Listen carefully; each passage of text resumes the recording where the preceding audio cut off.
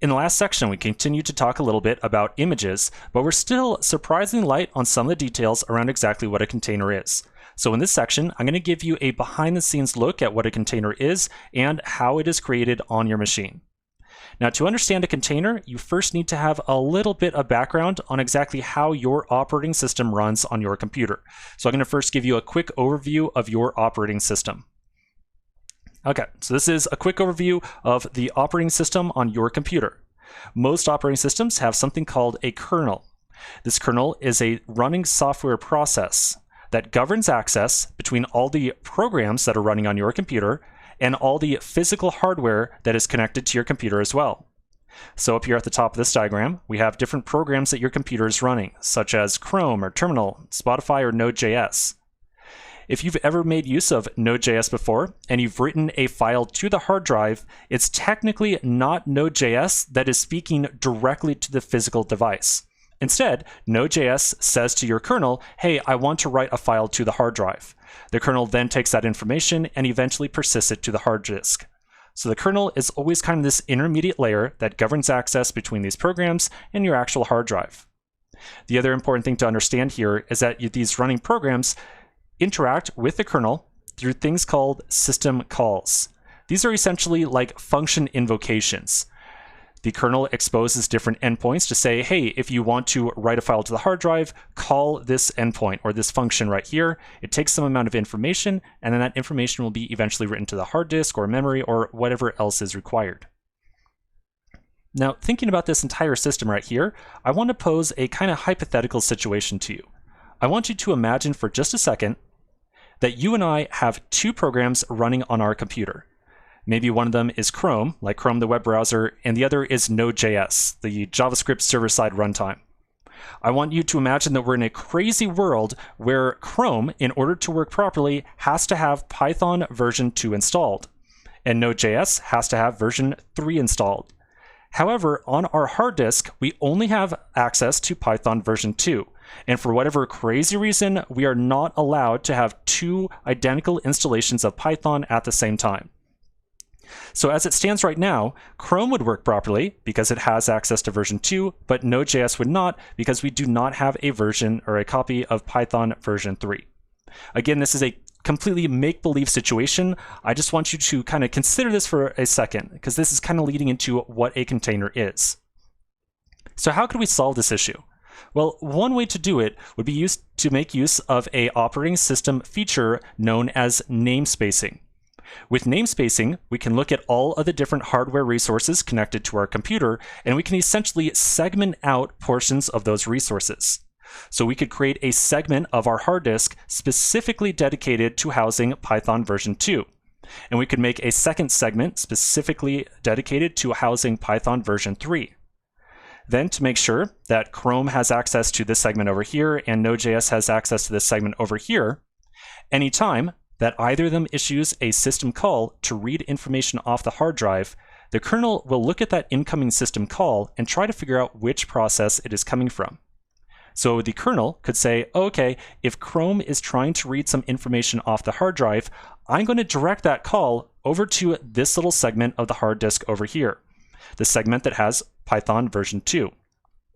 And Node.js, anytime that makes a system call to read the hard drive, the kernel can redirect that over to this segment for Python version 3.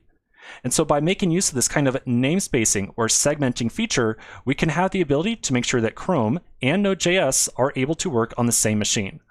Now, again, in reality, neither of these actually need an installation of Python. This is just a quick example.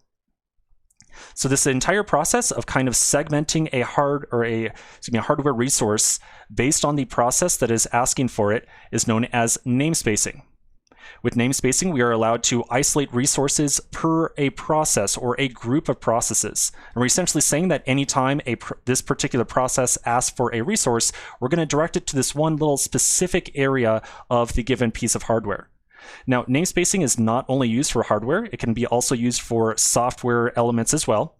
So for example, we can namespace a process to restrict the area of a hard drive that is available, or the network devices that are available, or the ability to talk to other processes, or the ability to see other processes. These are all things that we can use namespacing for to essentially limit the resources or kind of redirect requests for resource from a particular process. Very closely related to this idea of namespacing is another feature called control groups. A control group can be used to limit the amount of resources that a particular process can use. So namespacing is for saying, hey, this area of the hard drive is for this process. A control group can be used to limit the amount of memory that a process can use, the amount of CPU, the amount of hard drive input-output, and the amount of network bandwidth as well. So these two features put together can be used to really kind of isolate a single process and limit the amount of resources it can talk to and the amount of bandwidth, essentially, that it can make use of. Now, as you might imagine, this entire kind of little section right here, this entire vertical of a running process, plus this little segment of a resource that it can talk to, is what we refer to as a container. And so when people say, oh yeah, I have a Docker container, you really should not think of these as being like a physical construct that exists inside of your computer. Instead, a container is really a process or a set of processes that have a grouping of resources specifically assigned to it. And so this is a diagram that we're going to be looking at quite a bit anytime that we think about a container. We've got some running process that sends a system call to a kernel. The kernel is going to look at that incoming system call and direct it to a very specific portion of the hard drive, the RAM, CPU, or whatever else it might need. And a portion of each of these resources is made available to that singular process. Now, the last question you might have here is, okay, well, I get what a container is, but with that in mind, what is the real relation between one of those containers, or that kind of singular process and grouping of resources, to an image? How does that single file eventually create this container? Well, that's a good question. One more quick diagram. Anytime that we talk about an image, we're really talking about a file system snapshot. So this is essentially kind of like a copy-paste of a very specific set of directories or files. And so we might have an image that contains just Chrome and Python. An image will also contain a specific startup command. So here's what happens behind the scenes when we take an image and turn it into a container. First off, the kernel is going to isolate a little section of the hard drive and make it available to just this container. And so we can kind of imagine that after that little subset is created, the file snapshot inside the image is taken and placed into that little segment of the hard drive. And so now inside of this very specific grouping of resources, we've got a little section of the hard drive that has just Chrome and Python installed, and essentially nothing else. The startup command is then executed, which we can kind of imagine this case is like startup Chrome, just run Chrome for me. And so Chrome is invoked, we create a new instance of that process, and that created process is then isolated to this set of resources inside the container.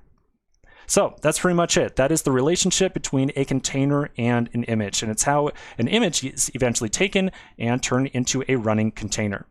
Now, there's still a tremendous amount more to learn about containers and images, so let's take a quick break and continue in the next section.